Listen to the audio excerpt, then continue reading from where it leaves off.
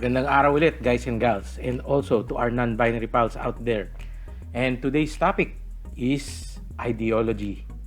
Ano ba ang ideology?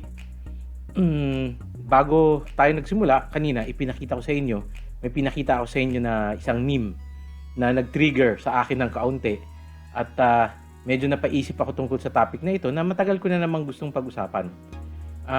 Ito nga usapin ng ideology.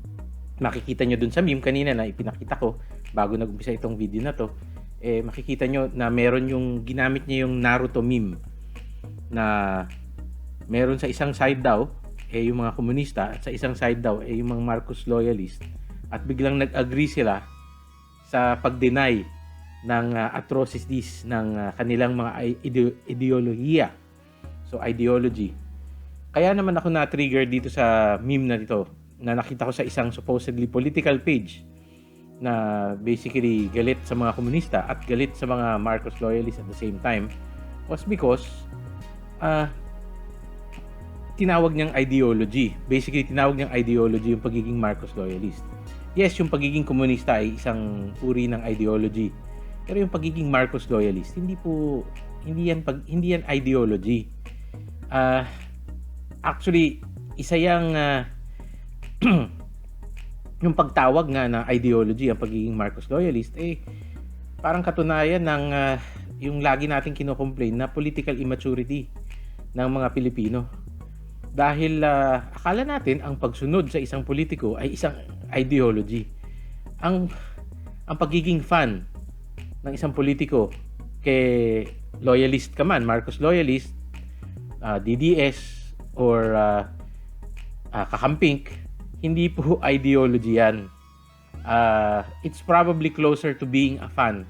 Na para kang fan ni isa kang Noranyan, isa kang Bilmanyan, isa kang fan ng Jadine, Katniel, or ng Lisken, di ba? So it's closer to that than an actual ideological belief or ideological stance. And I think that's at its core that really explains a lot of the problems we're currently having because people aren't arguing based on principles, they're arguing based on fandoms. So pagka anything na hindi mo gusto dahil tinitira yung fandom mo or yung idol mo, nagagalit ka. And makikita mo yung mga tao inconsistent about what they're calling out. So galit sila sa ganitong issue pagdating sa ibang politiko, pero pag sa sarili nilang politiko, okay lang. 'Di ba? So ganitong kagrabe yung inconsistency ng mga tao sa Pilipinas pagdating sa pag-call out sa mga politiko nila or pag-call out sa mga policies. Mabilis magbago yung isip nila. Depende kung sino yung nagmumungkahi or kung sino yung nakikinabang. 'Di ba? So, medyo weird yung situation natin dahil talagang yung inconsistency can be seen across the fandoms. 'Di ba? If you were actually more consistent with an ideology and you're not fighting for personalities, we would see more consistency. 'Di ba? Isa pa ngang problema nung nagkaroon, I tried to engage the page.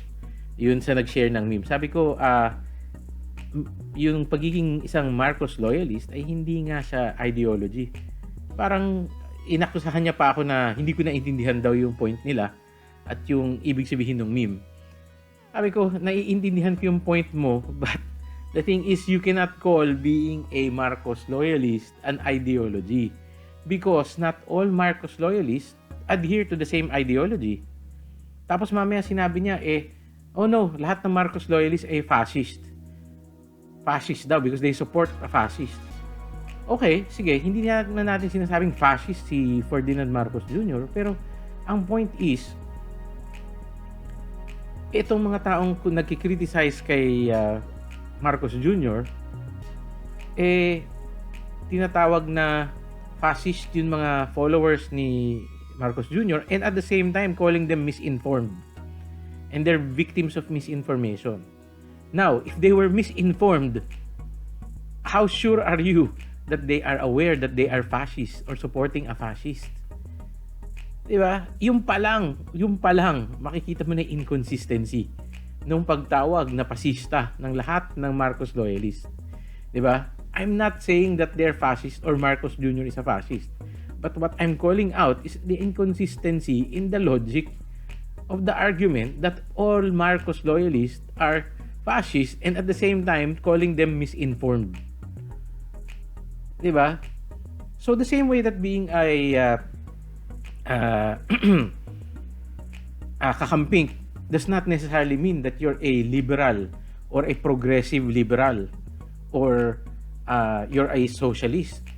In fact, I think majority of the Kakampinks are probably conservatives in a way dahil andun nga yung strongly identified, 'di ba? Although not all, strongly identified ang simbahan ng ang Katoliko, ang Roman Catholic Church of the Philippines is strongly identified with the Kakampinks. So how can you say that's a progressive movement when the religious is usually considered a conservative institution, 'di ba? Of course, meron tayong konting progressives within the church, but it's still relatively considered a conservative institution. So I think the problem really it boils down is the fact that Philippine politics, as far as the average citizen is concerned, has not even evolved to the level of ideology. We're still stuck in a sort of feudal mindset where we serve kings and queens, and these kings and queens have been transformed into politicians na fans tayo or nag-pledge tayo ng allegiance sa tao, hindi sa isang prinsipyo or ideolohiya. Hindi ko na nga natin aabutin yung point na ako personally, I think ideology is a crutch. Diba? Ideology is a crutch for people who have not developed their character. Because once you've developed your character, you will not adhere to one specific ideology. Hindi ka naman mag-agree sa lahat ng sinabi ni Karl Marx or lahat ng sinabi ni Adam Smith or lahat ng sinabi ni yung mga bagong philosophers or bagong mga thinkers ng like for example, follower ka ba ni Jordan Peterson? Agree ka ba sa lahat ng sinasabi niya? Most probably no. Most people who have really thought about their own beliefs will never align with a single person 100%. Or mag-align ka ba kay Zizek or kay yung mga bagong economists, di ba? Now, balikan natin yung two main ideas ng ideology na popular. What is an ideology muna? What is an ideology? Basahin natin from Wikipedia. Okay?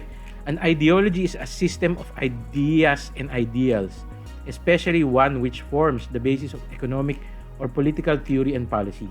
Okay, that's the definition of ideology based on Wikipedia.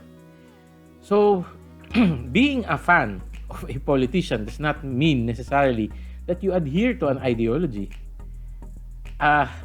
If you ask most Filipinos, they probably can't answer properly what capitalism or what socialism is. These are probably, generally nebulous concepts in their heads. And even learned people can't agree on what these concepts actually are dahil nag-transform na yung idea ng the idea of capitalism and socialism from the time they were first coined to what it is now. Diba? Like for example, capitalism, I think it was 1600s when Adam Smith came up with his book. And he didn't even use the word capitalism at that time. He was just describing the market forces and how free markets control the economy, diba? And how free markets work and how it generates wealth. The word capitalism was used later on and actually was used by socialists as a term to describe what Adam Smith was describing. So Adam Smith wasn't even inventing an ideology. He was, I believe what he thought he was doing was describing market forces that he's seeing at work during his time. So yun yung core nung pagkaintindi niya sa ekonomiya at hindi siya nagpo-propose ng bagong ideya. Ang sinasabi niya, dinidescribe niya yung nakikita niya. And I think that was what Adam Smith was going for. And then later on, socialism, as I think as a term, started around 1800 or 1700. Hundreds, tapos it's sort of like a response to capitalism because industrialism nga made the industrial revolution, changed the aspect of how economics worked from being land-based, na yung mga hari at yung mga may-ari ng lupa ang may hawak ng maraming yaman, napunta dun sa mga may-ari ng mga factory after industrialization. Tapos nagkaroon ng problema dahil nagkaroon nga ng malaking inequality, which was also present before during the when feudalism or land-based wealth was the keys to economy. 'Di ba? Yung economic wealth was based on land, tapos naging based on the means of production, na yung mga factories, yung may hawak ng factory, yung mga may hawak ng yung may-ari ng factory, sila naman yung naging karoon ng economic power. So socialism was a response to that, and it was a theory born of na basically ito talagang inimbento na kailangan yung means of ownership na imbis na mailalagay lang sa kamay ng iilang tao, dapat nasa kamay ng lahat or ng gobyerno. So basically parang mas-centralize sa isang gobyerno yung pag-aari ng means of production. So these two concepts or ideologies, if we look at it, is parang magkalaban, 'di ba? Parang they're at odds with each other. But at the end of the day, these two ideologies are actually and in fact all economic theories, because in my belief all economic theories are basically just psychology applied to a bigger population, because the economy is really human behavior en masse. That's what an economy is, diba? When people are treating each other, how we're trading, how we're conducting ourselves with each other, yun yung dinidescribe ng economics, diba? So it's basically psychology. So both capitalism and socialism is at its core is a psychological concept, and where capitalism is based on individualism and socialism is based on our desire for society, communal society, and yung social glue natin, kasi as humans, 'di ba, we all have that desire to excel and to improve ourselves.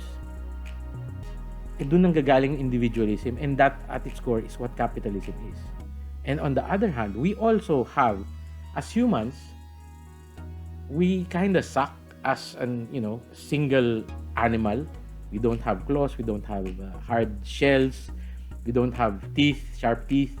We're kind of slow, we're kind of inefficient, and our best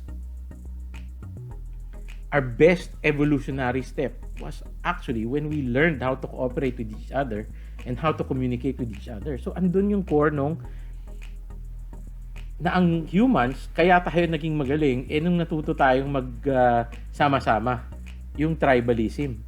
Even yung tribalism natin is actually just yung nakikita nating pagiging tribal natin pagdating sa politika or pagdating sa is basically just us in trying to make that communal stand for a common goal. Yun nga lang, hindi natin na-expand ng malaki enough to include the other tribe, 'di ba? So basically, even socialism, capitalism, dichotomy, I think, is artificial because both ideologies can be found in every single human. So, a lot of the arguments and fights we see about politics, di ba, come from these two concepts that are actually inherent or in our basic genetic or spiritual uh, nature. So I think there is a lot more to be discussed as far as this issue of ideology is concerned, di ba? So, well, that really is where I'm driving at. That these problems we're having, where we don't understand what an ideology is, and we're stuck on that level na we're still on that personality-driven politics, kailangan tayong mag-evolve to actually understand ideology-based politics and not personality-based. And from there, we should develop individually individually our character, where we can grow beyond even these ideologies. So we're really several steps behind on where we should be if we want to become a mature,